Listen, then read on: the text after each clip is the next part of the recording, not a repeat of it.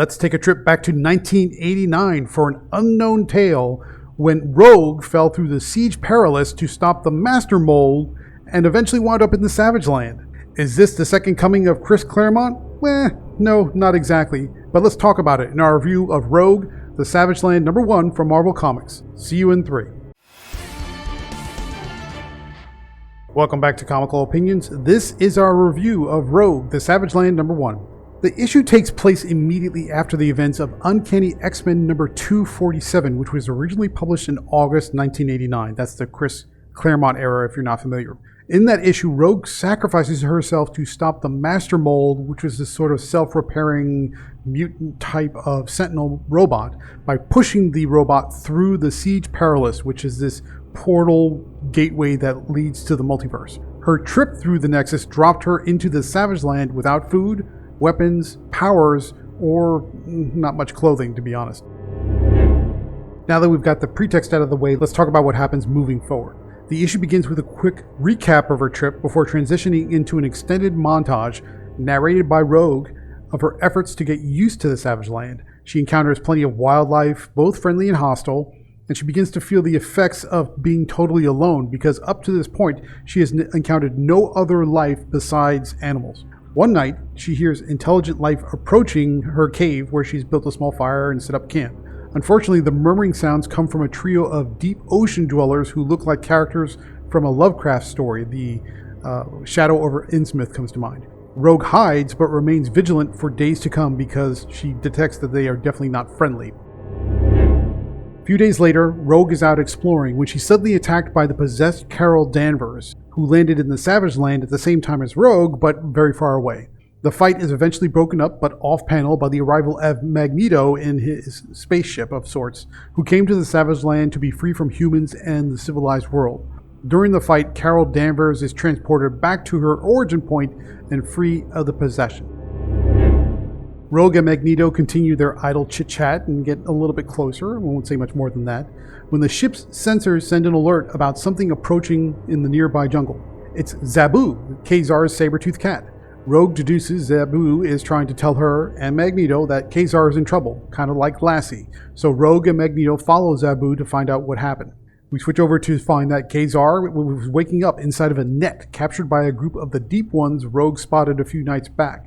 Their leader tells Kazar that they have come to find a worthy sacrifice to get their god's attention because the sea where they come from has now dried up. The scene then switches to a completely different setting. We find Brainchild, who is a mutate, giving a report to Priestess Zaladane, Queen of the Sun People of the Savage Land, and the rest of the mutates in attendance about the environmental impacts and dwindling resources of the Savage Land, which could explain why the Deep Ones thought their ocean had dried up. The issue ends with Priestess Zaladane deciding the Savage Land needs a more godly type of oversight.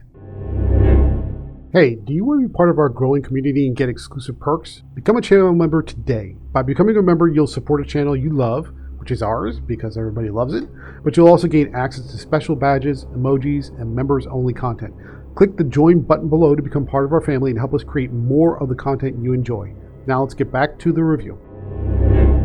And that's the issue, so let's talk about the particulars and the critiques. First things first, Rogue, the Savage Land #1 is Marvel and writer Tim Seeley's attempt to present the secret story you never knew existed, while, to be blunt, manufacturing an excuse to create endless versions of cheesecake variant covers starring Rogue in next to nothing attire. Is the story at least equal in value to Rogue's scantily clad physique? Well, it sort of depends on what you're looking for.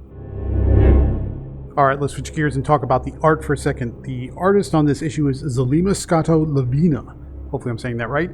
Lavina delivers a perfectly decent set of visuals, packed with plenty of detail to give life to the rich and, I would say, eclectic jungle scenes of the Savage Land. There's a lot of backgrounds, a lot of jungles, a lot of varied types of landscapes and settings. So from that point of view, the art looks great. The plethora of prehistoric beasties give Lavina fodder to showcase unique creature designs, right? You get dinosaurs and monkeys and all kinds of strange beasts coming out of the wilderness.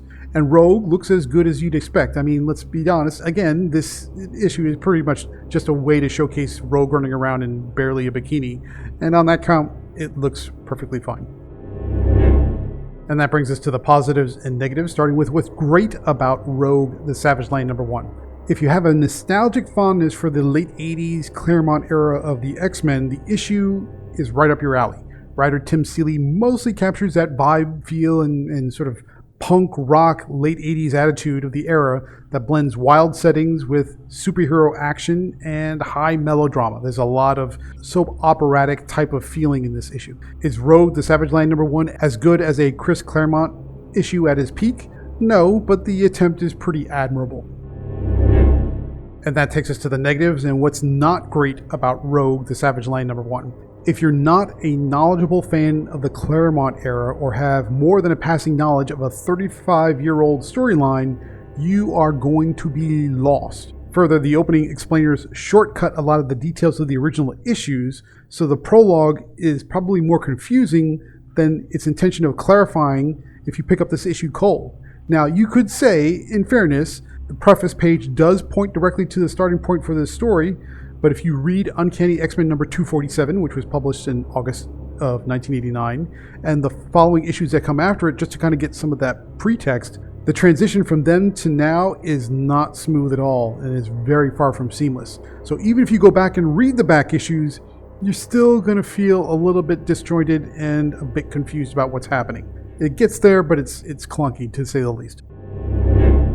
So final thoughts, what do we think about Rogue, the Savage Land #1 from Marvel Comics? It's a somewhat serviceable start to a hidden Rogue story that takes place during the Claremont era.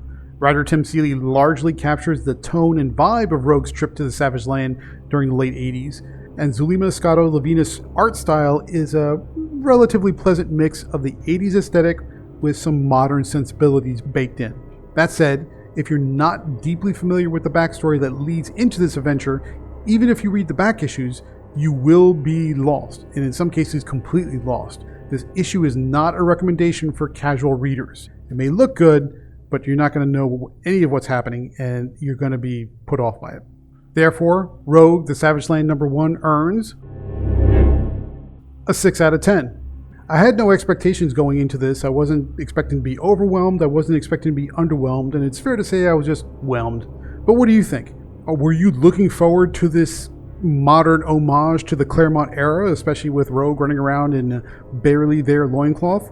Leave a thumbs up if you found this review helpful, and drop a comment below with which other classic Claremont era storyline you think could have some stories tacked onto it that were maybe hidden from view, like the Secret Files, the Secret Claremont Files, something like that. I don't know. Also, remember to click on the description to read the written review, check out the variant covers and preview pages, and buy this comic to help support the channel. Your support, of course, is greatly appreciated, and don't forget to subscribe below.